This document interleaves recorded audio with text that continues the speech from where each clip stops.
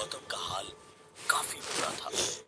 कई दिनों से कोशिश कर रहा था कि कहीं किसी स्टूडियो में काम मिल जाए, और जब उसके मन मुताबिक ही एक ऐसा प्रोजेक्ट मिला जहां उसे हॉरर फिल्म के लिए बैकग्राउंड म्यूजिक पर काम करना था, तो एक सीक्वेंस के लिए जब म्यूजिक बनाने बैठा तो वक्त कैसे गुजरा पता ही नहीं चला। पहले कुछ घंटे लगे और फिर पूरे 2 दिन के बाद जाकर कुछ 30 सेकंड का एक छोटा सा पीस तैयार हुआ, और पीस भी ऐसा जो खुद गौतम को काफी पसंद आया। गौतम ने वो म्यूजिक पीस बार बार सुना और फिर उसे और भी आगे बाद में बढ़ाएगा, यही सोचकर गौतम ने खुशी खुशी वो म्यूजिक पीस अपने फोन में ट्रांसफर किया और बाइक लेकर घर की ओर रवाना हो गया। गौतम अकेले ही रहता था, तो खाना बाहर से पैक करवा के घर पहुंचा और खाना खा ही रहा था जब उसका फोन बजा, और फोन की रिंगटोन वही धुन सेट की हुई थी। गलती से फोन में धुन सेव करते वक्त शायद रिंगटोन भी यही सेट हो गई होगी। यही सोचकर फोन पे बात करके खाना खत्म करके गौतम सोने को लेटा, तो हेडफोन को लगाकर उसने उसी धुन को प्ले किया ताकि उस धुन को सुनते सुनते अगर कोई आइडिया आया तो धुन आगे बढ़ा सकेगा। धुन प्ले हुई, 10 सेकंड हुए, 20 हुए, 30 हुए, लेकिन धुन रुकी नहीं, चलती ही गई। गौतम को खटका लगा तो उसने मोबाइल का स्क्रीन देखा।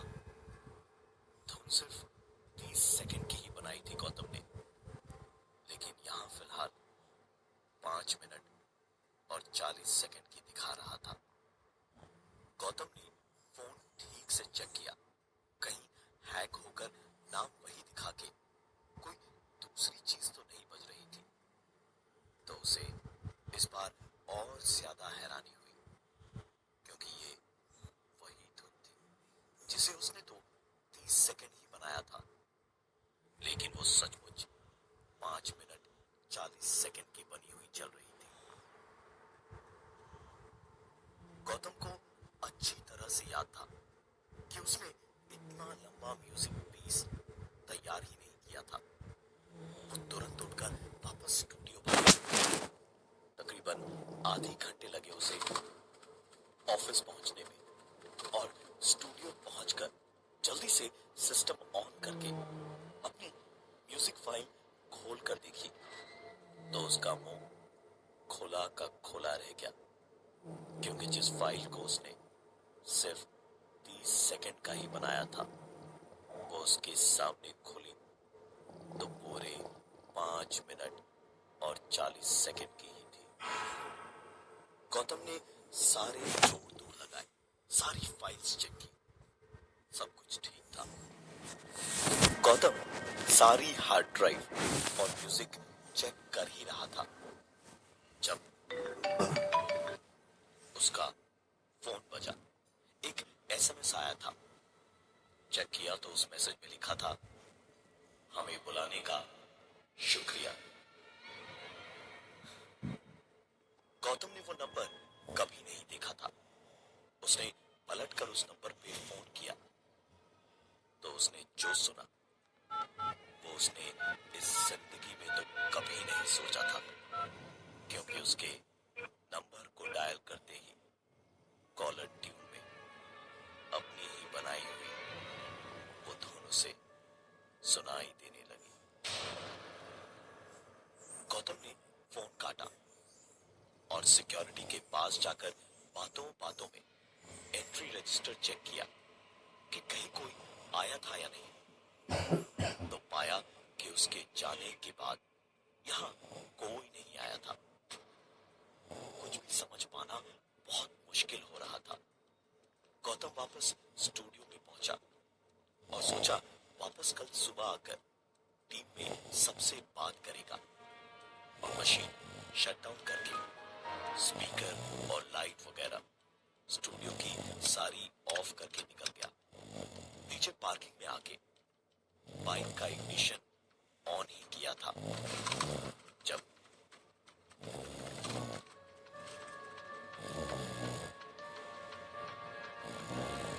स्टूडियो की खिड़की से दिख रहा था कि अंदर लाइट चल रही है और फुल वॉल्यूम पर वही धूम चल रही थी। और फोन देखा तो फोन उसी नंबर से आया था। गौतम ने गुस्से में फोन उठाया और कहा, मनीष तू इतनी रात को प्रैंक खेल रहा है? अगर मेरी धुन खराब की ना तो अच्छा नहीं होगा। फोन के दूसरी तरफ से एक आवाज ने सिर्फ एक गहरी सी सांस छोड़ते हुए कहा, हमें बुलाने का शुक्रिया। गौतम दौड़ के सिक्योरिटी गार्ड को लेकर स्टूडियो के दरवाजे तक पहुंचा तो आवाज भी करीब पहुंचते पहुंचते तेज होती गई। लेकिन दरवाजा खोलते ही देखा अंदर सब वैसे का वैसे था जैसा वो छोड़ कर गया था। न लाइट चल रही थी, न कोई म्यूजिक प्ले हो रहा था। गौतम को ऐसा बदहवास सा देखकर गार्ड ने उससे पूछा, क्या हुआ सर, आप ऐसे क्यों भागे? गौतम कुछ बोला नहीं, उसे सिर्फ ध्यान रखने को बोलकर वहां से चला गया। तो एक बार फिर खिड़की की तरफ देखा। स्टूडियो की लाइट बंद थी और कोई म्यूजिक नहीं चल रहा था। गौतम ने फोन निकाला तो कॉल लिस्ट में वो नंबर जरूर था। सोचा कि कल नंबर का पता करेगा। बाइक स्टार्ट की और घर की ओर निकल पड़ा। वैसे तो वो कभी बाइक तेज नहीं चलाता था, लेकिन आज पता नहीं उसे क्या हुआ था, बहुत तेज बाइक चला रहा था। उसके दिमाग में वही सारी बातें घूम रही थी। क्या हुआ सर, आप ऐसे क्यों भागे? हमें बुलाने का शुक्रिया। एक मोड़ पर बाइक स्किड और काफी दूर तक फिसलता हुआ गौतम सड़क पर आगे खंभे से जाकर टकराया। चोट बहुत ज्यादा लगी थी, बुरी तरह खून बह रहा था और गौतम चीखे जा रहा था। और ऐसे ही सचमुच चीखते चीखते वो अपनी नींद से उठा, उठकर सांस ली, फिर माथे का पसीना पहुंचकर उसने अपना फोन उठा के देखा तो वो मैसेज सचमुच उसके फोन पे था, जिस पर लिखा था, हमें बुलाने का शुक्रिया। और वो धुन चला कर देखी तो सचमुच वो धुन 5 मिनट और 40 सेकंड की थी। गौतम वापस सोने जाए इससे पहले ही उसे अपने घर के अंदर सालों से रखे धूल से जमे पड़े पियानो के बजने की आवाज सुनाई देने लगी।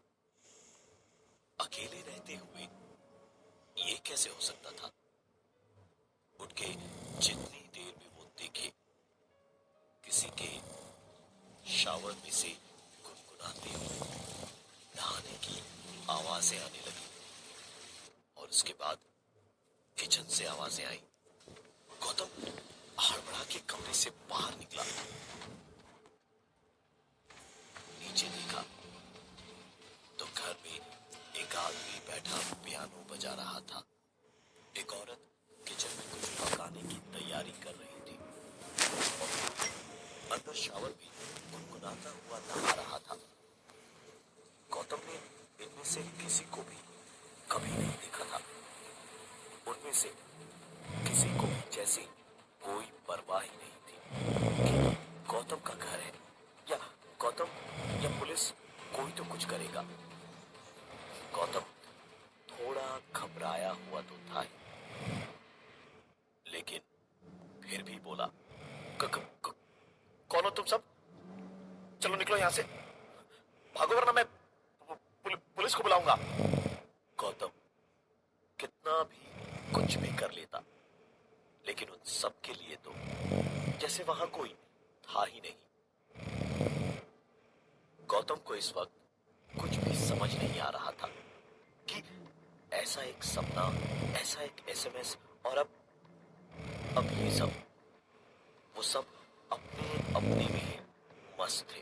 उन्हें कोई फर्क नहीं पड़ रहा था किसी भी चीज से। गौतम ने भी दिमाग के तार इधर से उधर जोड़ने शुरू किए और तकरीबन 2 मिनट उसे लगे ये समझने में कि शायद उसकी बनाई उस धुन से उसने दूसरी दुनिया की तरफ खुलने वाले किसी दरवाजे को खोल दिया है। इन सारी परेशानियों का एक ही रास्ता था, उस धुन को मिटा देना। लेकिन उसके इस बात को सोचते ही कमरे में सन्नाटा छा गया। वो लोग जिन्हें अभी तक गौतम के होने या ना होने से कोई फर्क ही नहीं पड़ रहा था, वो सारे लोग अब गौतम को घूरते हुए अपना सर हिलाकर कुछ ना करने का इशारा कर रहे थे। इधर गौतम ने फोन का लॉक खोला और उधर वो सब के सब गौतम की ओर कदम बढ़ाने लगे।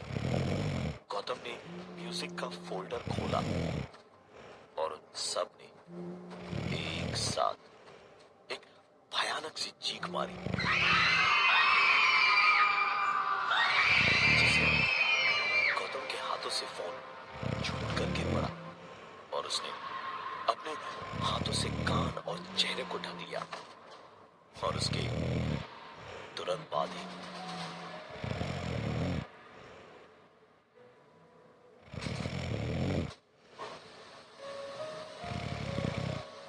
एक आदमी वापस पियानो बजाने लगा।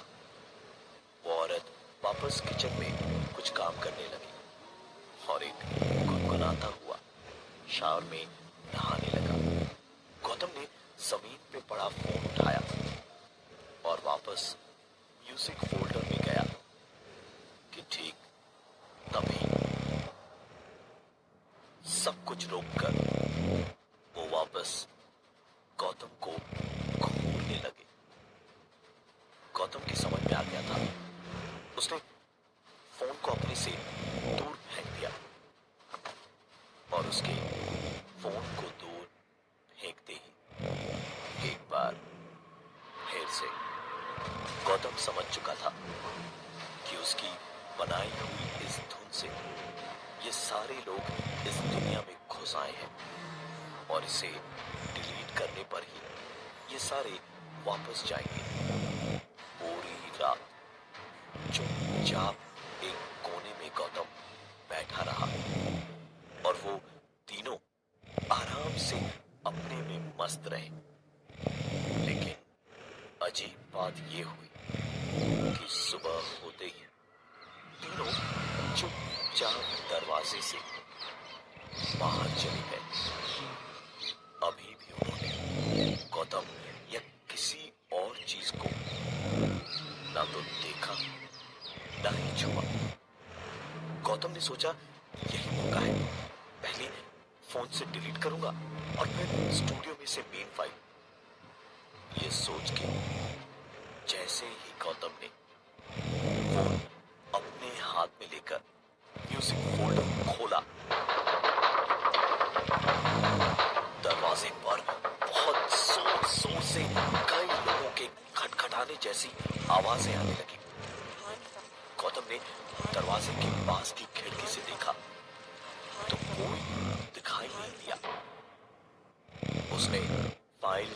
करने पर क्लिक किया ही था कि उसके घर का दरवाजा गौतम डिलीट करने के लिए यस बटन दबाए इससे पहले ही उसके सर के ऊपर से छत पे एक दरार दरवाजे से लेकर उसके सर के ऊपर तक पड़ती चली गई। गौतम ने डिलीट करके फोन को बाहर फेंका और तुरंत खिड़की से कूदकर बाइक स्टार्ट करके सीधे स्टूडियो की ओर भागा और पूरे रास्ते तीनों में से कोई न कोई उसे बार बार सर हिलाते ना कहते हुए दिखाई दिए। गौतम ने जो दरवाजा खोल दिया था उसे बंद करना जरूरी था। गौतम सीधा स्टूडियो पर जाकर ही रुका और भागता हुआ अंदर पहुंचा तो देखा उसकी तरह टीम का दूसरा साउंड इंजीनियर भी आया हुआ था। गौतम ने उसे पूरी बात बताई तो उसने हंसते हुए कहा, अबे तू पिक्चर की कहानी में इतना घुस जाएगा तो यही होगा, चल काम पे लग, नौटंकी कहेगा। गौतम ने उसकी इस बात का जवाब सिर्फ एक लाइन से दिया, दरवाजे दरवाजे किसी से भी खुल सकते हैं, क्या पता कल को तुझसे खुल जाए। गौतम ने इतना कहकर ज्यादा वक्त खराब ना करते हुए सीधे अंदर जाना बेहतर समझा और जैसे ही वो उस फाइल को डिलीट करने गया तो बिजली बुरी तरह से स्पार्क करने लगी और एक शॉर्ट सर्किट की लंबी आवाज के बाद लाइट चली गई। गौतम का दोस्त अंदर भागता हुआ पहुंचा तो जले हुए तारों और केमिकल्स की महक में नाक बंद किए 1 मिनट खड़ा हुआ और खिड़की पर मोटे पर्दे लगे होने से वो कुछ भी देख नहीं पा रहा था। किसी तरह अंदाजे से गौतम को पुकारता हुआ खिड़की तक गया और पर्दा हटाया तो उसकी आंखें फटी की फटी रह गई। सामने साउंड कंसोल में मुंह के बल पड़ी हुई कुर्सी पर बैठी गौतम की खुली पथराई आंखों से खिड़की की तरफ देखती हुई लाश थी और उसके गले में माइक्रोफोन का तार इतनी जोर से कसा हुआ था कि उसकी आंखें बाहर को निकल आई थी और गला नीला पड़ गया था। अगले काफी महीनों तक उस मशीन पर किसी और ने काम ही नहीं किया। उस फिल्म का काम भी बंद हो गया और करीबन 6 महीनों के बाद स्टूडियो में एक नया साउंड इंजीनियर आया म्यूजिक डायरेक्टर बनने के सपने लिए। एक नई धुन बनाने की धुन में उसे एक पुरानी फाइल मिली जिसे उसने प्ले किया और प्ले करने के साथ ही एक एसएमएस उसके फोन पर आया जिसमें लिखा था, हमें बुलाने का शुक्रिया। ये धुन अगर आपके पास भी कहीं से आए तो इसे सेव मत कीजिएगा। उत्तम ने आज अपनी ऑफिस से छुट्टी ली थी। दोपहर के वक्त खाना खाकर लॉबी में बैठा ही था जब घर की डोरबेल बजी। उठकर दरवाजा खोलने गया तब तक पोस्टमैन ने चिट्ठी दरवाजे के नीचे से अंदर सरका दी। चिट्ठी उत्तम के पिताजी के नाम पर थी। उत्तम ने अपने पिताजी को आवाज लगाई। उत्तम ने आज अपनी ऑफिस से छुट्टी ली थी। दोपहर के वक्त खाना खाकर लॉबी में बैठा ही था जब घर की डोरबेल बजी। उठकर दरवाजा खोलने गया तब तक पोस्टमैन ने चिट्ठी दरवाजे के नीचे से अंदर सरका दी थी। चिट्ठी उत्तम के पिताजी के नाम पर थी। उत्तम ने अपने पिताजी को आवाज लगाई तो वो नींद से उठकर बाहर आए। उन्होंने पूछा कि क्या बात है, तो पता चला कि उनके नाम पर चिट्ठी आई है कोई। सीढ़ियों पे आंखें मलते हुए नीचे की तरफ जब वो आने लगे तो 3 सीढ़ियां उतरते ही उनका पैर फिसला और पूरी तरह से लुढ़कते हुए नीचे टकरा कर गिरे। उत्तम का मुंह खोला का खोला रह गया। दौड़ता हुआ पिताजी को उठाने गया तो देखा उनके सर में गहरी चोटें लगी थी और वो बेहोश हो गए थे। शायद कुछ हड्डियों में भी फ्रैक्चर था। पूरे घर में कुछ ही पलों में हड़कंप मच गया। इमरजेंसी में एम्बुलेंस बुलवाकर पिताजी को हॉस्पिटल ले जाया गया और उन्हें वहां एडमिट कराया। पिताजी को काफी देर तक होश ही नहीं आया और शाम तक डॉक्टर ने बताया कि उत्तम के पिताजी कोमा में चले गए थे। मुश्किल तो हुई, लेकिन पिताजी के पास रुकने की परमिशन उत्तम को मिल गई थी। उधर घर पे बुरा हाल था, लेकिन उत्तम किसी तरह अकेले ही घर, हॉस्पिटल सब संभाले हुए था। रात का वक्त था। पिताजी को जिस कमरे में रखा था उसका सिर्फ एक छोटा नाइट बल्ब ही जला रखा था। काफी देर तक बैठे बैठे आखिरकार रात जब घिरी तो हॉस्पिटल के सन्नाटे में नींद उत्तम को भी आ ही गई। लेकिन सोते सोते उसे लगा जैसे किसी ने उसके बालों में अपने हाथों को फिराया हो। एक झटके से उत्तम उठा तो पाया पूरे कमरे में सिर्फ एसी की घरघराती आवाज और साथ बाकी मशीन्स की ही आवाज थी। उत्तम ने एक लाइट और जलाकर देखी तो उसके दिल में पिताजी को हंसता खेलता देखने की उम्मीद एक बार फिर से जागी। पिताजी कोमा से जाग चुके थे और बड़ी बड़ी आंखें खोले उत्तम की ओर देखे जा रहे थे। उत्तम तुरंत बाहर की ओर भागा और डॉक्टर को लाने नीचे गया।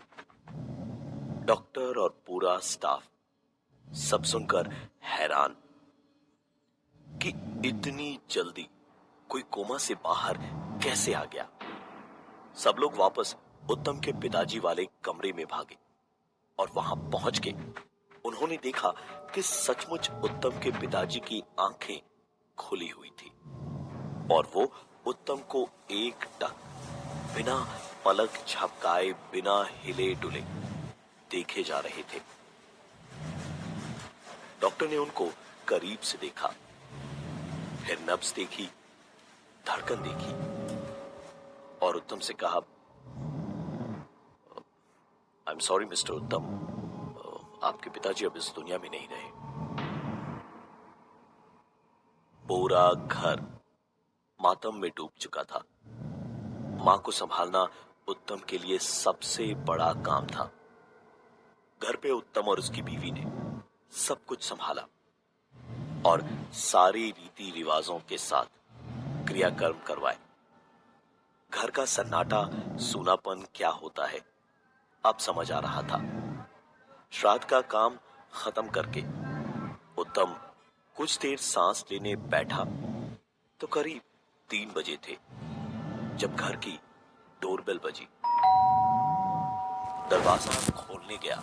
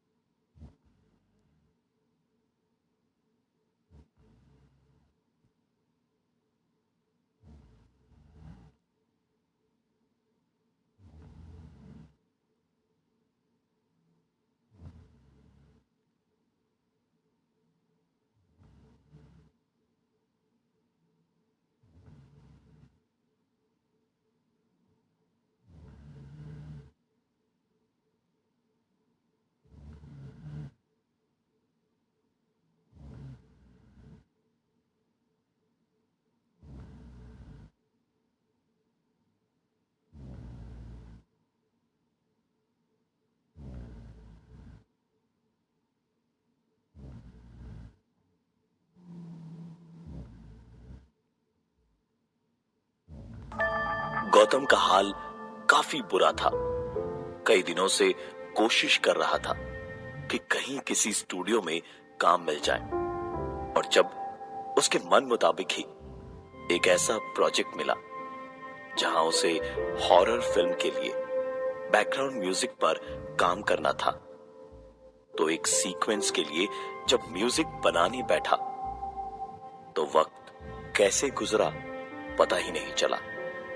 पहले कुछ घंटे लगे और फिर पूरे 2 दिन के बाद जाकर कुछ 30 सेकंड का एक छोटा सा पीस तैयार हुआ, और पीस भी ऐसा जो खुद गौतम को काफी पसंद आया।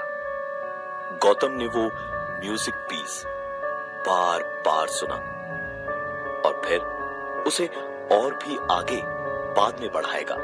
यही सोचकर गौतम ने खुशी खुशी वो म्यूजिक पीस अपने फोन में ट्रांसफर किया और बाइक लेकर घर की ओर रवाना हो गया। गौतम अकेले ही रहता था, तो खाना बाहर से पैक करवा के घर पहुंचा और खाना खा ही रहा था जब उसका फोन बजा, और फोन की रिंगटोन वही धुन सेट की हुई थी। गलती से फोन में धुन सेव करते वक्त शायद रिंगटोन भी यही सेट हो गई होगी। यही सोचकर फोन पे बात करके खाना खत्म करके गौतम सोने को लेटा, तो हेडफोन को लगाकर उसने उसी धुन को प्ले किया ताकि उस धुन को सुनते सुनते अगर कोई आइडिया आया तो धुन आगे बढ़ा सकेगा। धुन प्ले हुई, 10 सेकंड हुए, 20 हुए, 30 हुए, लेकिन धुन रुकी नहीं, चलती ही गई। गौतम को खटका लगा तो उसने मोबाइल का स्क्रीन देखा। धुन सिर्फ 30 सेकंड की ही बनाई थी गौतम ने, लेकिन यहां फिलहाल 5 मिनट और 40 सेकंड की दिखा रहा था। गौतम ने फोन ठीक से चेक किया, कहीं हैंग होकर नाम वही दिखा के कोई दूसरी चीज तो नहीं बज रही थी। तो उसे इस बार और ज्यादा हैरानी हुई, क्योंकि ये वही धुन थी जिसे उसने तो 30 सेकंड ही बनाया था, लेकिन वो सचमुच 5 मिनट 40 सेकंड की बनी हुई चल रही थी। गौतम को अच्छी तरह से याद था कि उसने इतना लंबा म्यूजिक पीस तैयार ही नहीं किया था। वो तुरंत उठकर वापस स्टूडियो भागा। तकरीबन आधी घंटे लगे उसे ऑफिस पहुंचने में, और स्टूडियो पहुंचकर जल्दी से सिस्टम ऑन करके अपनी म्यूजिक फाइल खोल कर देखी तो उसका मुंह खुला का खुला रह गया, क्योंकि जिस फाइल को उसने सिर्फ 30 सेकंड का ही बनाया था वो उसके सामने खुली तो पूरे 5 मिनट और 40 सेकंड की ही थी। गौतम ने सारे जोड़ तोड़ लगाए, सारी फाइल्स चेक की, सब कुछ ठीक था। गौतम सारी हार्ड ड्राइव और म्यूजिक चेक कर रहा था जब उसका फोन बजा। एक एसएमएस आया था। चेक किया तो उस मैसेज में लिखा था, हमें बुलाने का शुक्रिया। गौतम ने वो नंबर कभी नहीं देखा था। उसने पलटकर उस नंबर पे फोन किया तो उसने जो सुना वो उसने इस जिंदगी में तो कभी नहीं सोचा था, क्योंकि उसके नंबर को डायल करते ही कॉलर ट्यून में अपनी ही बनाई हुई वो धुन उसे सुनाई देने लगी। गौतम ने फोन काटा और सिक्योरिटी के पास जाकर बातों बातों में एंट्री रजिस्टर चेक किया कि कहीं कोई आया था या नहीं, तो पाया कि उसके जाने के बाद यहाँ कोई नहीं आया था। कुछ भी समझ पाना बहुत मुश्किल हो रहा था। गौतम वापस स्टूडियो में पहुंचा और सोचा वापस कल सुबह आकर टीम में सबसे बात करेगा और मशीन शट डाउन करके स्पीकर और लाइट वगैरह स्टूडियो की सारी ऑफ करके निकल गया। नीचे पार्किंग में आके बाइक का इग्निशन ऑन ही किया था जब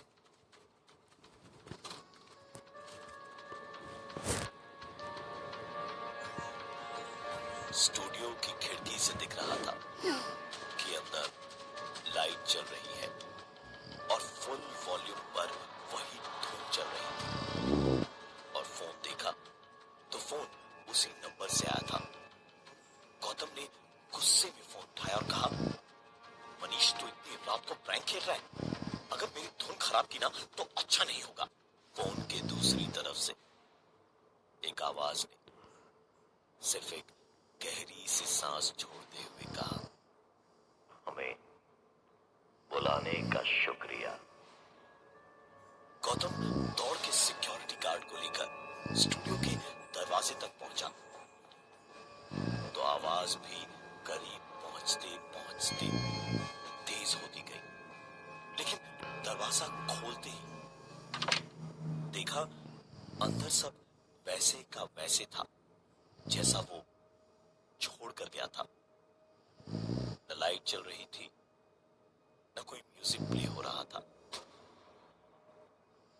गौतम को ऐसा बदहवास सा देखकर गार्ड ने उससे पूछा, क्या हुआ सर, आप ऐसे क्यों भागे? गौतम कुछ बोला नहीं, उसे सिर्फ ध्यान रखने को बोलकर वहां से चला गया। तो एक बार फिर खिड़की की तरफ देखा। स्टूडियो की लाइट बंद थी और कोई म्यूजिक नहीं चल रहा था। गौतम ने फोन निकाला तो कॉल लिस्ट में वो नंबर जरूर था। सोचा कि कल नंबर का पता करेगा। बाइक स्टार्ट की और घर की ओर निकल पड़ा। वैसे तो वो कभी बाइक तेज नहीं चलाता था, लेकिन आज पता नहीं उसे क्या हुआ था, बहुत तेज बाइक चला रहा था। उसके दिमाग में वही सारी बातें घूम रही थी। क्या हुआ सर, आप ऐसे क्यों भागे? हमें बुलाने का शुक्रिया।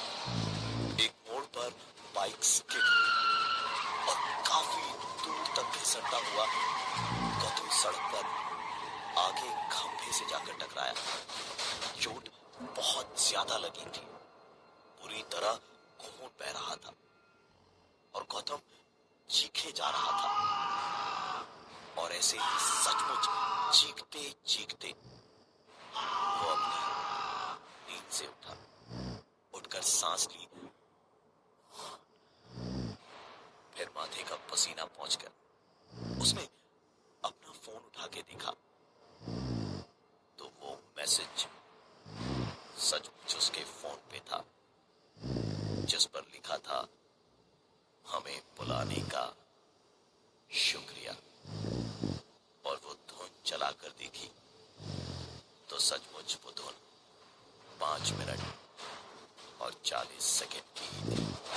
गौतम वापस सोने जाए इससे पहले ही उसे अपने घर के अंदर सालों से रखे धूल से जमे पड़े पियानो के बजने की आवाज सुनाई देने लगी। अकेले रहते हुए ये कैसे हो सकता था? उठ के जितनी देर में वो देखे किसी के शावर में से गुनगुनाते हुए नहाने की आवाजें आने लगी और उसके बाद किचन से आवाजें आई। गौतम हड़बड़ा के कमरे से बाहर निकला, नीचे देखा तो घर में एक आदमी बैठा पियानो बजा रहा था। एक औरत किचन में कुछ पकाने की तैयारी कर रही थी और कोई अंदर शावर में गुनगुनाता हुआ नहा रहा था। गौतम ने इनमें से किसी को भी कभी नहीं देखा था। उनमें से किसी को भी जैसी कोई परवाह ही नहीं थी कि गौतम का घर है या गौतम या पुलिस कोई तो कुछ करेगा। गौतम थोड़ा घबराया हुआ तो था ही, लेकिन फिर भी बोला, कौन हो तुम सब? चलो निकलो यहां से, भागो वरना मैं पुलिस को बुलाऊंगा। गौतम कितना भी कुछ भी कर लेता, लेकिन उन सब के लिए तो जैसे वहां कोई था ही नहीं। गौतम को इस वक्त कुछ भी समझ नहीं आ रहा था कि ऐसा एक सपना, ऐसा एक एसएमएस और अब ये सब, वो सब अपने अपने में ही मस्त थे। उन्हें कोई फर्क नहीं पड़ रहा था किसी भी चीज से। गौतम ने भी दिमाग के तार इधर से उधर जोड़ने शुरू किए और तकरीबन 2 मिनट उसे लगे ये समझने में कि शायद उसकी बनाई उस धुन से उसने दूसरी दुनिया की तरफ खुलने वाले किसी दरवाजे को खोल दिया है। इन सारी परेशानियों का एक ही रास्ता था, उस धुन को मिटा देना। लेकिन उसके इस बात को सोचते ही कमरे में सन्नाटा छा गया। वो लोग जिन्हें अभी तक गौतम के होने या ना होने से कोई फर्क ही नहीं पड़ रहा था, वो सारे लोग अब गौतम को घूरते हुए अपना सर हिलाकर कुछ ना करने का इशारा कर रहे थे। इधर गौतम ने फोन का लॉक खोला और उधर वो सब के सब गौतम की ओर कदम बढ़ाने लगे। गौतम ने म्यूजिक का फोल्डर खोला और उन सब ने एक साथ एक भयानक सी चीख मारी, जिससे गौतम के हाथों से फोन छूट कर गिर पड़ा और उसने अपने हाथों से कान और चेहरे को ढक लिया। और उसके तुरंत बाद ही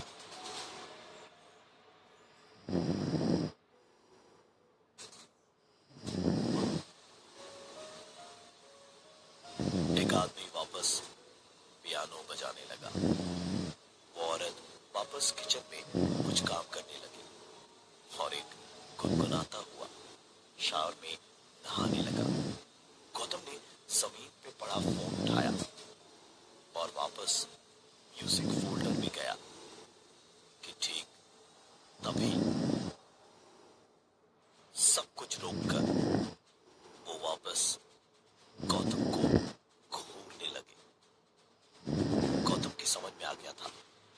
उसने फोन को अपने से दूर फेंक दिया और उसके फोन को दूर फेंकते ही एक बार फिर से गौतम समझ चुका था कि उसकी बनाई हुई इस धुन से ये सारे लोग इस दुनिया में घुस आए हैं और इसे डिलीट करने पर ही ये सारे वापस जाएंगे। पूरी रात चुपचाप एक कोने में गौतम बैठा रहा और वो तीनों आराम से अपने में मस्त रहे। लेकिन अजीब बात ये हुई कि सुबह होते ही चुपचाप दरवाजे से बाहर चले गए। अभी भी उन्होंने गौतम या किसी और चीज को ना तो देखा ना ही छुआ। गौतम ने सोचा यही मौका है, पहले फोन से डिलीट करूंगा और फिर स्टूडियो में से मेन फाइल। ये सोच के जैसे ही गौतम ने फोन अपने हाथ में लेकर म्यूजिक फोल्डर खोला, दरवाजे पर बहुत जोर जोर से कई लोगों के खटखटाने जैसी आवाजें आने लगी। गौतम ने दरवाजे के पास की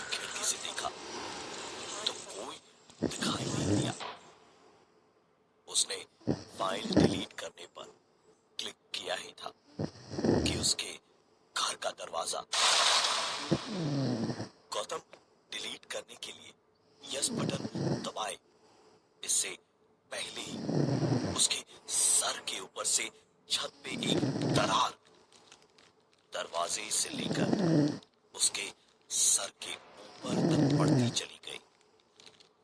गौतम ने डिलीट करके फोन को बाहर फेंका और तुरंत खिड़की से कूदकर बाइक स्टार्ट करके सीधे स्टूडियो की ओर भागा। और पूरे रास्ते तीनों में से कोई न कोई उसे बार बार सर हिलाते ना कहते हुए दिखाई दी। गौतम ने जो दरवाजा खोल दिया था उसे बंद करना जरूरी था। गौतम सीधा स्टूडियो पर जाकर ही रुका और भागता हुआ अंदर पहुंचा तो देखा उसकी तरह टीम का दूसरा साउंड इंजीनियर भी आया हुआ था। गौतम ने उसे पूरी बात बताई तो उसने हंसते हुए कहा, अबे तू पिक्चर की कहानी में इतना घुस जाएगा तो यही होगा, चल काम पे लग, नौटंकी कहीं का। गौतम ने उसकी इस बात का जवाब सिर्फ एक लाइन से दिया, दरवाजे दरवाजे किसी से भी खोल सकते हैं, क्या पता कल कल को तुझसे खुल जाए। गौतम ने इतना कहकर ज्यादा वक्त खराब ना करते हुए सीधे अंदर जाना बेहतर समझा। और जैसे ही वो उस फाइल को डिलीट करने गया तो बिजली बुरी तरह से स्पार्क करने लगी और एक शॉर्ट सर्किट की लंबी आवाज के बाद लाइट चली गई। गौतम का दोस्त अंदर भागता हुआ पहुंचा तो जले हुए तारों और केमिकल्स की महक में नाक बंद किए 1 मिनट खड़ा हुआ और खिड़की पर मोटे पर्दे लगे होने से वो कुछ भी देख नहीं पा रहा था। किसी तरह अंदाजे से गौतम को पुकारता हुआ खिड़की तक गया और पर्दा हटाया तो उसकी आंखें फटी की फटी रह गई।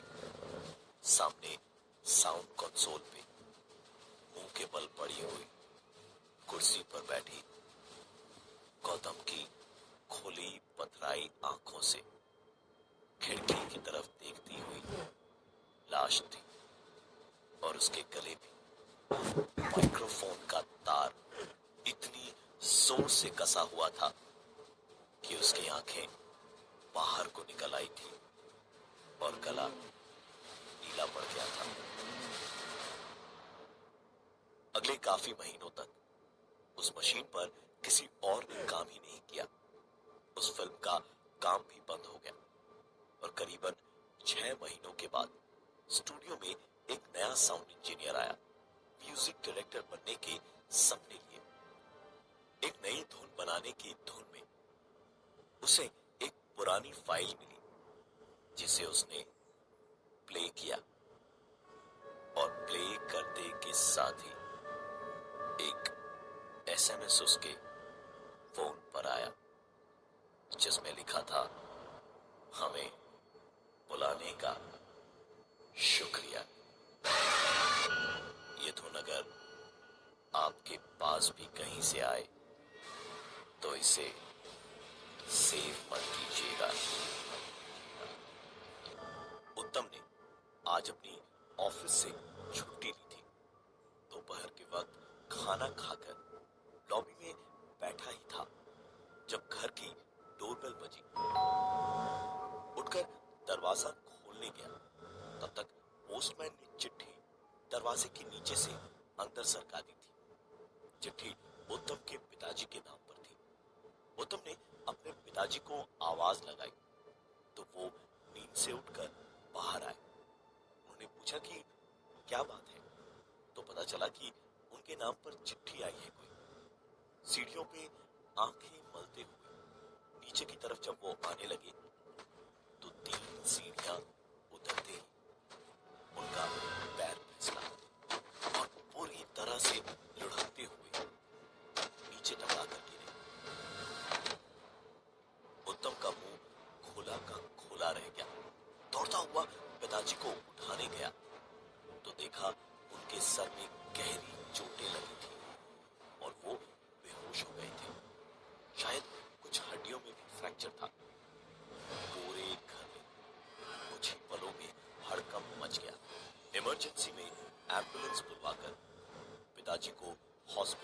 लाया गया और उन्हें वहां एडमिट कराया। पिताजी को काफी देर तक होश ही नहीं आया और शाम तक डॉक्टर ने बताया कि उत्तम के पिताजी कोमा में चले गए थे।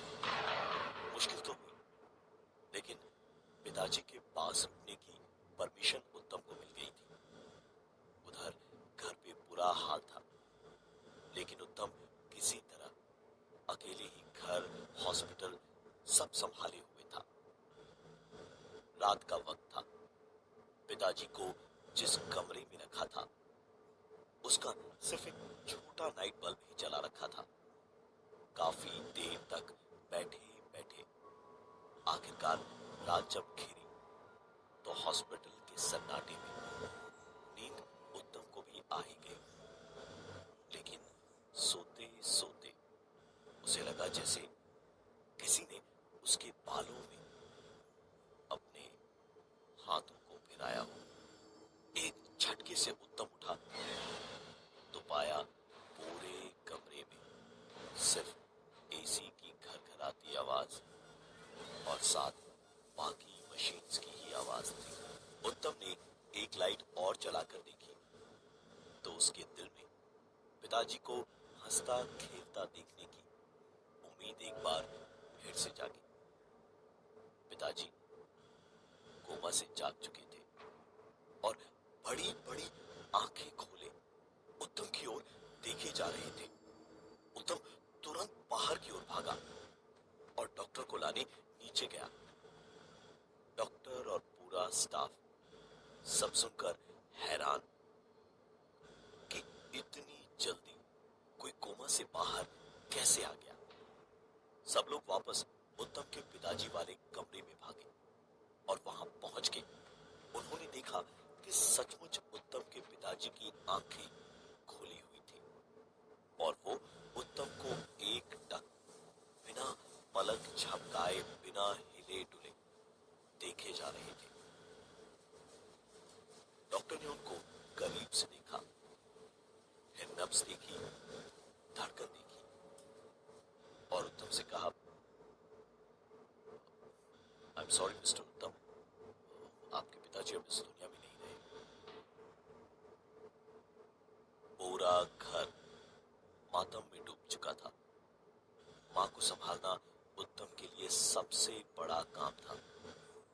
घर पे उत्तम और उसकी बीवी ने सब कुछ संभाला और सारी रीति रिवाजों के साथ क्रियाकर्म करवाए।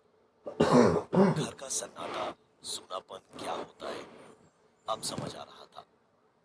श्राद्ध का काम खत्म करके उत्तम कुछ देर सांस लेने बैठा तो करीब 3 बजे थे जब घर की डोरबेल बजी।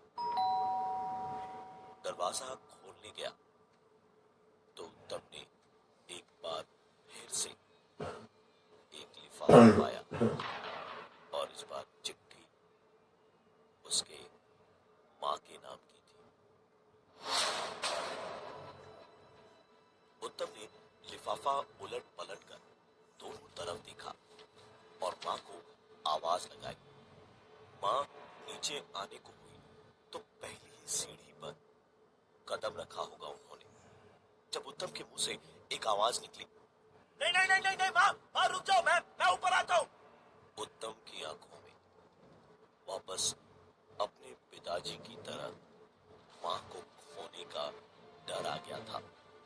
वो खुद ही मां के पास चिट्ठी लेकर पहुंचा और उन्हें चिट्ठी दिखाई तो उन्होंने कह दिया कि वो बाद में देख लेंगी। अपने कमरे में जाकर उत्तम की मां कुछ देर रोई और फिर सोने चली गई। सब लोग काफी थके हुए थे, किसी ने भी कुछ खाया भी नहीं था। काफी रात भी थी तो उत्तम पानी पीने उठा। पानी पीकर उत्तम बाथरूम में गया, लेकिन फ्लश चलाते ही डोरबेल जोर जोर से खटखटाते हुए उत्तम की मां बाथरूम के बाहर से चिल्लाने लगी, उत्तम बेटा दरवाजा खोल, जल्दी बाहर आ उत्तम, उत्तम अनर्थ हो गया, उत्तम जल्दी बाहर आ। उत्तम हड़बड़ाया हुआ बाथरूम से निकला तो जरूर, लेकिन बाहर बाहर माँ नहीं थी। माँ के कमरे की ओर देखा तो अभी भी लाइट ऑफ ही थी।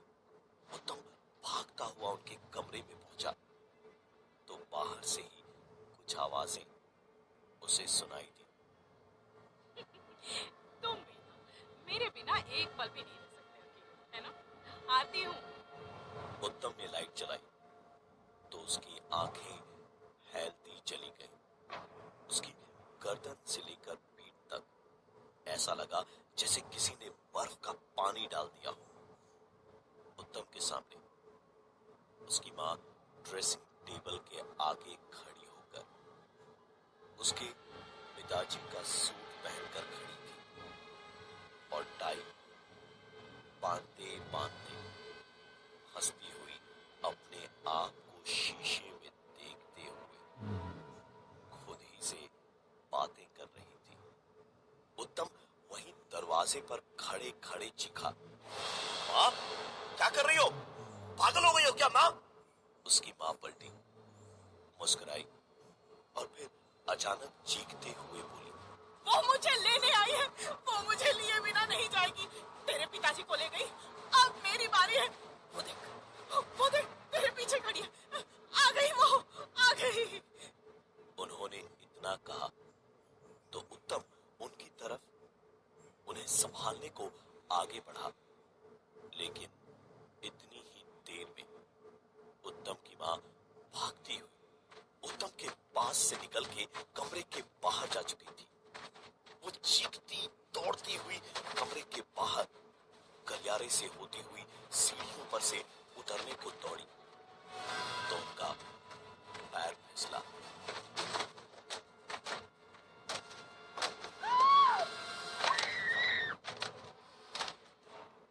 उत्तम की माँ सीढ़ियों से नीचे गिरी, लेकिन पिताजी की तरह वो बच नहीं पाई। उन्होंने मौकाए वारदात पर ही अपना दम तोड़ दिया। उत्तम के ऊपर पहाड़ सा टूट पड़ा था। 10-15 दिन के अंदर ही माँ और पिताजी दोनों को खो दिया था। किसी तरह उसने खुद को संभाला। एक अनजाना सा डर उसके दिल में घर कर चुका था। उसे हर वक्त खटका सा लगा रहता था कि कब क्या हो जाए। माँ की भी 13वीं का दिन आया। श्राद्ध वगैरह का काम खत्म हुआ तो दोपहर का ही वक्त था। उत्तम आंखों में सबसे छुपाकर आंसू लिए हुए माँ पिताजी के कमरे में पहुंचा और कुछ देर बस यूं ही पूरे कमरे को देखता रहा। एक अजीब सी थकान भरी कराह के साथ रोता हुआ माँ पिताजी के पलंग पर बैठा तो आंसू पूरी तरह सब्र का बांध तोड़कर छलक गए। अगर बीवी ने उत्तम को ऐसे रोते हुए देख लिया तो वो भी कमजोर पड़ जाएगी। यही सोचकर आंखों से आंसू पहुंचने लगा तो उसकी नजर सामने टेबल पर पड़ी तो उत्तम ने देखा कि माँ और पिताजी के नाम आई हुई वो दोनों चिट्ठियां सामने रखी थी। उसने दोनों चिट्ठियां उठाई और फाड़कर उनमें लिखा क्या था ये देखा तो उत्तम का हाथ तुरंत ही उसके मुंह को ढक गया कि डर से कहीं चीख न निकल जाए। दोनों चिट्ठियां खाली थी, लेकिन आखिर में बस एक ही चीज लिखी थी, आपकी आज्ञाकारी सुमन। उत्तम इतनी बुरी तरह घबरा गया था कि उसके हाथ से दोनों चिट्ठियां गिर गईं। इसी बीच एक बार फिर से घर की डोरबेल बजी। उत्तम ने दोनों चिट्ठियां उठाकर अपने जेब में रखी और दरवाजे तक पहुंचते पहुंचते उत्तम की आंखों में खौफ सोचने लगा था, क्योंकि एक और चिट्ठी उसके सामने दरवाजे के नीचे से सरका के रखी हुई थी। उत्तम ने चिट्ठी उठा के तुरंत दरवाजा खोला और बाहर देखा तो पोस्टमैन या कोई और वहां था ही नहीं। उसने चिट्ठी पलट कर देखी। इस बार चिट्ठी उसकी बीवी के नाम पे आई थी। उत्तम के दिल में डर, परेशानी और बेचैनी साफ साफ दिख रही थी, क्योंकि ये चिट्ठी भी वैसे ही लिफाफे में आई थी जैसे लिफाफे में बाकी दोनों चिट्ठियां आई थी। उसने वो चिट्ठी बिना खोले ही अपनी जेब में रख ली और चुपचाप जाकर अपने कमरे में सो गया। उसने अपनी बीवी को कुछ नहीं बताया। रात किसी तरह कटी और सुबह जल्दी तैयार होकर उत्तम ऑफिस के लिए निकल गया। और ऑफिस में पहुंचकर बिल्डिंग की छत पे जाके उत्तम ने जेब से तीनों चिट्ठियां निकाली और जेब में अपना लाइटर ढूंढने लगा। जब लाइटर नहीं मिला तो उत्तम ने तीनों चिट्ठियां बस यूं फाड़नी शुरू कर दी, टुकड़े टुकड़े करके वहीं छत पे ही कोने में कागज के टुकड़े फेंके।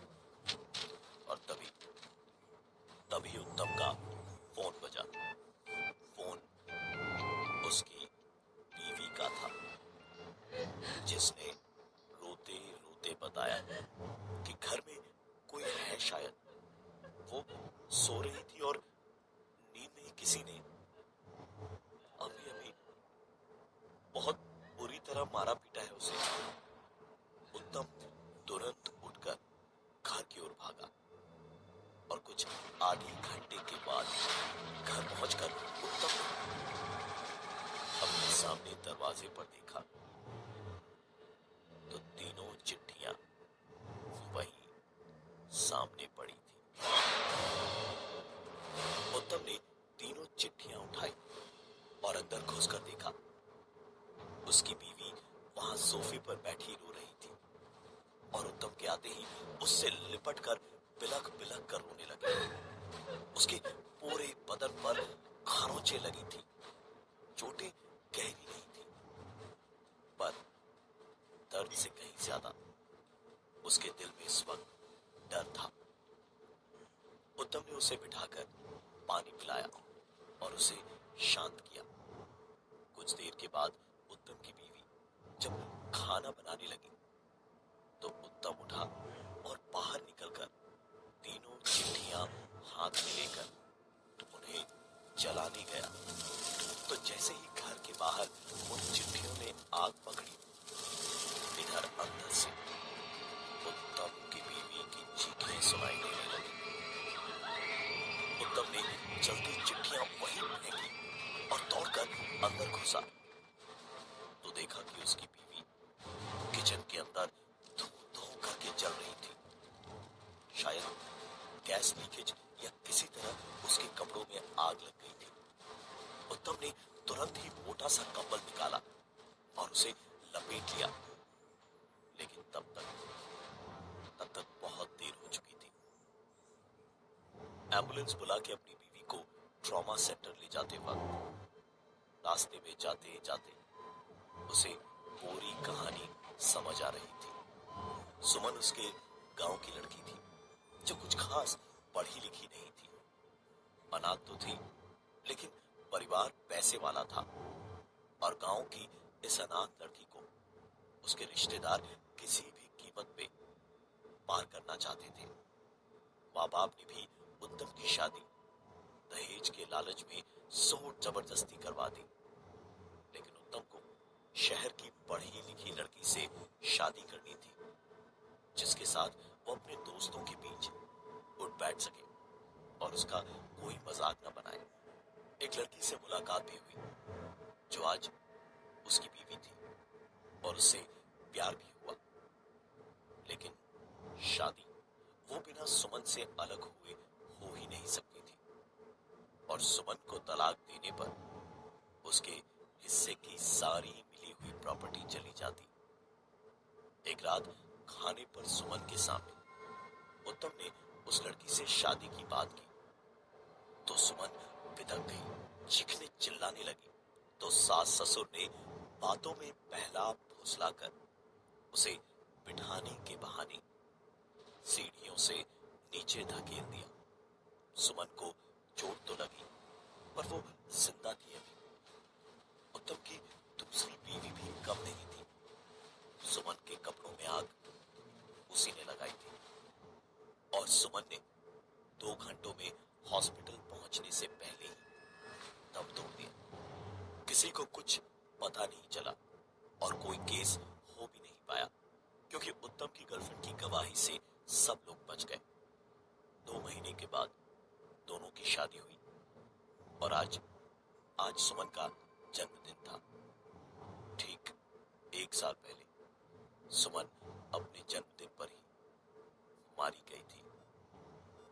उत्तम हॉस्पिटल में बैठे बैठे झपकियां ले रहा था जब अचानक मशीन की आवाज बढ़ते बढ़ते तेज होती गई और उत्तम की बीवी तड़पने लगी।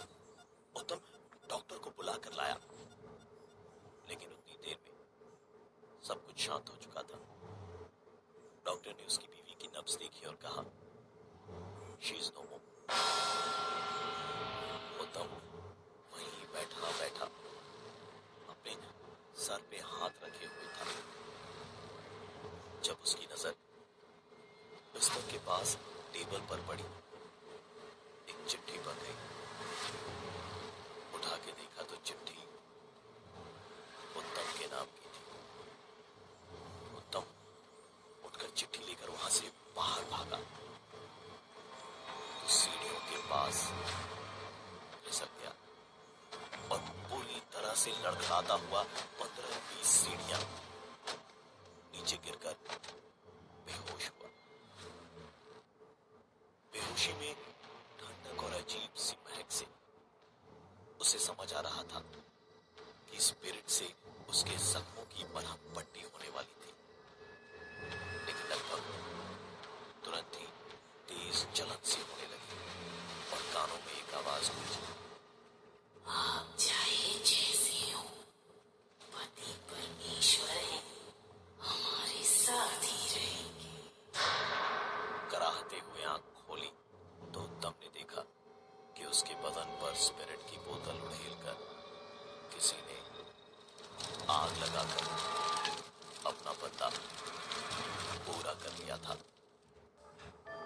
सर्दियों की रात थी, घना कोहरा था और इतनी रात गए 2:45 बजे। बस अड्डे के पास रेल बसेरे में बैठे इक्का दुक्का बेघर लोग ही इतनी ठंड में आग जलाकर हाथ ताप रहे थे और प्रकाश बाइक कोने में लगाए सिगरेट पीता हुआ बार बार कभी अपनी घड़ी तो कभी अपना मोबाइल देख रहा था। 15 मिनट के बाद ठीक 3 बजे दूर से एक बस आती दिखाई दी तो प्रकाश ने लिहाफ से मुंह को ढका, बाइक स्टार्ट की और थोड़ा सा आगे बढ़ के अंधेरे में खड़ा हो गया। बस आकर रुकी, कुछ लोग उतर के आगे निकल गए और एक आदमी आखिर में उतरा। काली पैंट और नीली शर्ट और ऊपर से हरा स्वेटर पहने और अपने बैग को कंधे पे डाले हुए इधर उधर देख ही रहा था जब प्रकाश अपनी बाइक से उसके काफी करीब आया। कमर में लगी पिस्तौल निकाली और 4 गोलियां उसके सीने में दाग दी। वो आदमी चीख भी नहीं पाया और नीचे गिर गया। जो 1-2 लोग वहां आग के पास बैठे थे गोलियों की आवाज सुनते के साथ वहां से उठकर भाग गए। प्रकाश ने भी अपना काम खत्म कर ही लिया था। उसने भी बाइक भगा के निकल लेना ही बेहतर समझा। घने कोहरे और ठंड में प्रकाश कुछ 2 किलोमीटर आगे ही रुका और दास दास्तां ने जेब से निकाल के पहनने गया तो देखा जेब में मोबाइल था ही नहीं। जब पिस्तौल निकाली थी तब शायद मौकाए वारदात पर गिर गया होगा। उसने तुरंत बाइक घुमाई और तेजी से वापस उसी तरफ निकल पड़ा। प्रकाश इधर उधर देखता हुआ बिल्कुल चौकन्ना होकर लाश के पास तक गया और बाइक का इंजन बंद किए बिना ही स्टैंड पर लगा के देखा कि मोबाइल सचमुच उधर ही पड़ा था। उसने फोन को उठाया, एक बार फिर चारों तरफ देखा और पिस्तौल निकालकर बची खुची गोलियां भी उस बेजान लाश में डाल के बाइक स्टार्ट करके निकल गया। तकरीबन 20 मिनट में अपने अड्डे पर पहुंचकर 2-3 मोटे मोटे पैक पीकर सो गया। प्रकाश का काम यही था, पैसे लेकर फोन करना। उसे जानने वाले उससे तब तक बात भी नहीं करते थे जब तक प्रकाश खुद चलाकर कुछ न बोले। प्रकाश जितना खतरनाक बाहर के लोगों के लिए था उतना ही उसके गैंग वाले भी उससे डरते थे। छोटी से छोटी गलती पे भी वो एक ही सजा देता था और वो थी मौत। सुबह प्रकाश की नींद खुली तो एक मामूली से आदमी की तरह ही घर से निकला और मंडी में हफ्ता वसूल करने पहुंचा। 2-3 लोगों से हफ्ता लेके पलटा। मछली बाजार की ओर बढ़ा तो पाया जिस आदमी को उसने कल रात बस स्टॉप पर गोली मारी थी वो बिल्कुल ठीक ठाक नाक की सीध में देखता हुआ प्रकाश के बगल से निकल गया और प्रकाश को देखा तक नहीं। ये उसका हमशक्ल था या फिर उसका भूत। प्रकाश जैसे पत्थर दिल की जगह कोई नरम दिल मामूली इंसान भी होता तो यही सोच रहा होता। प्रकाश ने बाइक वहीं मंडी में किनारे लगाई और चुपचाप ऐसे उसके पीछे पीछे चल पड़ा कि मौका मिलते ही दोबारा काम तमाम कर देगा। आज प्रकाश उसके पीछे पीछे एक छोटे से मकान तक पहुंचा। वो आदमी मकान के अंदर चला गया और दरवाजे को उसने बंद कर दिया। प्रकाश ने सोचा ही था कि अंदर घुस के आज गोलियों की दूसरी मैगजीन उस पे दाग देगा, लेकिन बाहर किसी चीज पर उसकी नजर पड़ी तो वो रुक गया। उस आदमी के कपड़े बाहर सूख रहे थे, वो कपड़े जो उसने रात को पहने थे।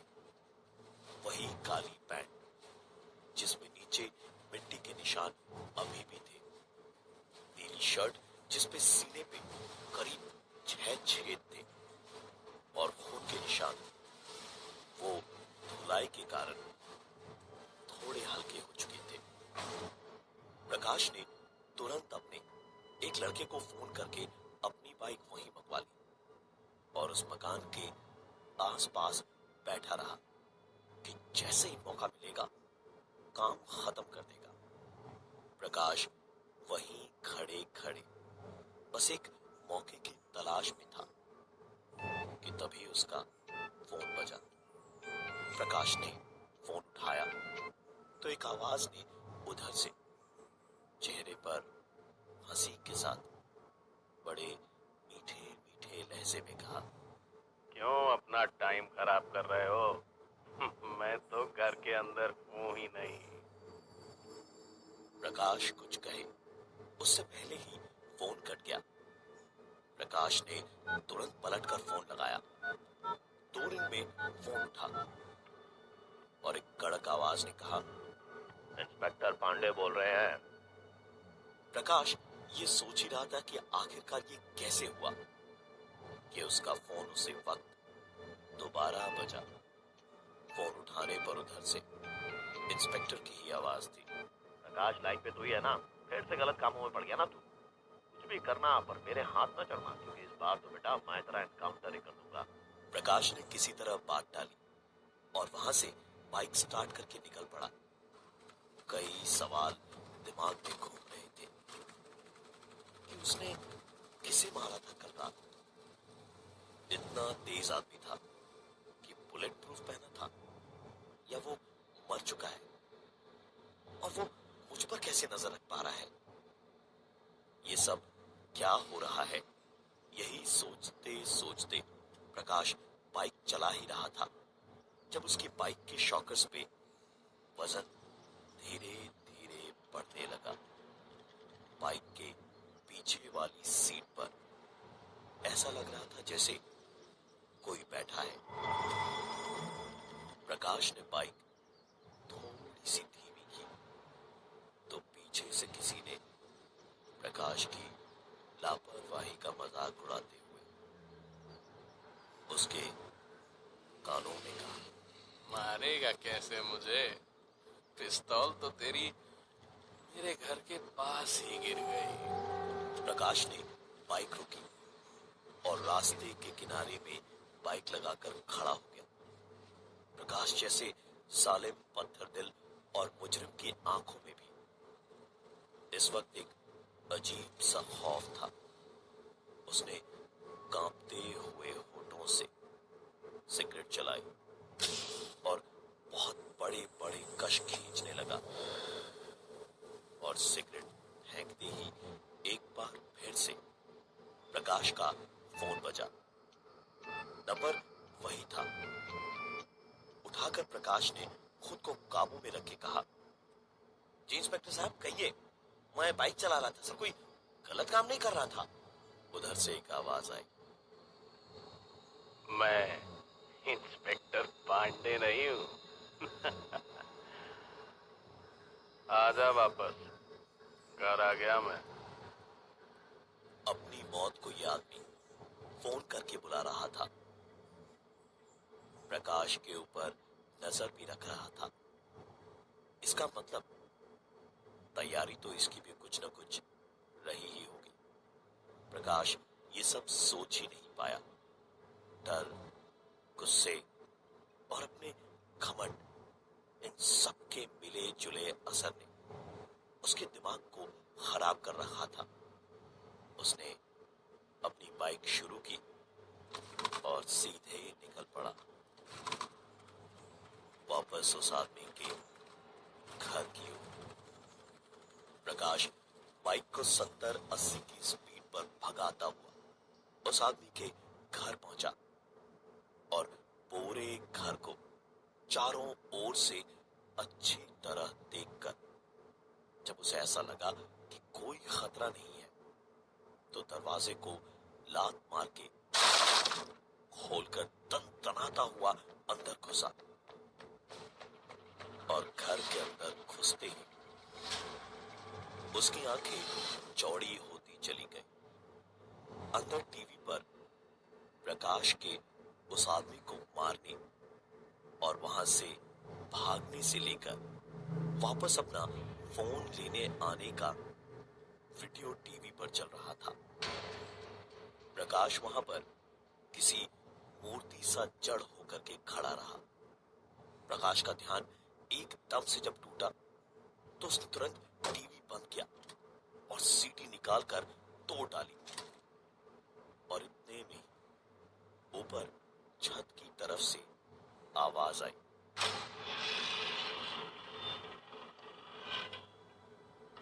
प्रकाश दबे पांव सीढ़ियों तक गया तो देखा छत का दरवाजा खुला हुआ था। गन का लॉक खोलकर बिल्कुल तैयार प्रकाश धीमे धीमे एक एक सीढ़ी चढ़ता हुआ छत तक पहुंचा और पूरी खुली छत पर जब उसे कोई नहीं दिखा तो छत का दरवाजा बंद करके प्रकाश नीचे आया और नीचे आते ही उसकी सांस एक बार फिर उसके हलक में अटक गई थी। टीवी पर फिर से वही वीडियो चल रहा था। प्रकाश ने गुस्से में टीवी पर 2 गोलियां चलाई और डीवीडी प्लेयर उठाकर पटक दिया और उसके बाद जोर जोर से चिल्लाने लगा, अबे कौन है तू? हाँ? अरे लड़कियों की तरह कहाँ छुपा बैठा है? एक बार सामने तो आ, पांचों मैगजीन डाल देंगे तुम्हारी छाती में। छोड़ेंगे नहीं आज, छोड़ेंगे नहीं। प्रकाश अपनी बात खत्म करके हाँफ रहा था जब छत के दरवाजे की कुंडी के खुलने की आवाज हुई। प्रकाश बंदूक ताने उस तरफ चला तो गया, लेकिन वहां पहुंचकर यही सोचने लगा कि वो यहां आया ही क्यों, क्योंकि दरवाजे की कुंडी अपने आप ऊपर नीचे होकर खुल रही थी और देखते देखते कुंडी तो खुली ही, साथ में दरवाजा भी चरमराता हुआ बहुत धीमे धीमे खुलने लगा, जैसे कोई जानबूझकर उसे ऐसे खोल रहा हो। शायद यही एक चीज देखनी बाकी रह गई थी प्रकाश के लिए। प्रकाश ये देखते ही वहां से जोर की दौड़ लगाते हुए भागा और बाहर निकलकर बाइक स्टार्ट करने की कोशिश करने लगा। किक पर किक मारता गया, लेकिन बाइक स्टार्ट नहीं हुई। इस वक्त वहां खड़े रहकर बाइक के भरोसे रहता तो उसकी जिंदगी पे बना दी। प्रकाश वहां से बिना बाइक लिए ही भागा और सड़क पर पहुंचकर एक बस आती हुई दिखाई दी। प्रकाश ने हाथ दिखाया तो बस धीमी तो हुई पर रुकी नहीं। प्रकाश के लिए इतना ही काफी था। वो दौड़कर बस में चढ़ा तो कंडक्टर ने उससे कहा, अरे साहिब, बस अभी बस अड्डे जाकर खड़ी हो जाएगी, कहीं नहीं जाएगी, उतरिए। प्रकाश ने पिस्तौल निकाली और उसकी कनपट्टी पर लगाते हुए कहा, तो हम भी डिपो तक ही जाएंगे। चुपचाप गाड़ी भगाओ वरना यही तुम्हारा टिकट काट देंगे, आप समझे? एक सीट पर बैठे हुए प्रकाश की आंख लग गई और सवेरे बड़ी आवाजों से आंख खुली तो पाया कि बस डिपो में लगी हुई थी और पास ही सुबह की मंडी भी लग चुकी थी। प्रकाश बस से उतरा और एक दुकान पर उसने सिगरेट जलाई ही थी कि सामने से फिर वही आदमी उसी तरह चलते हुए उसे आता दिखाई दिया। इतनी बड़ी मंडी में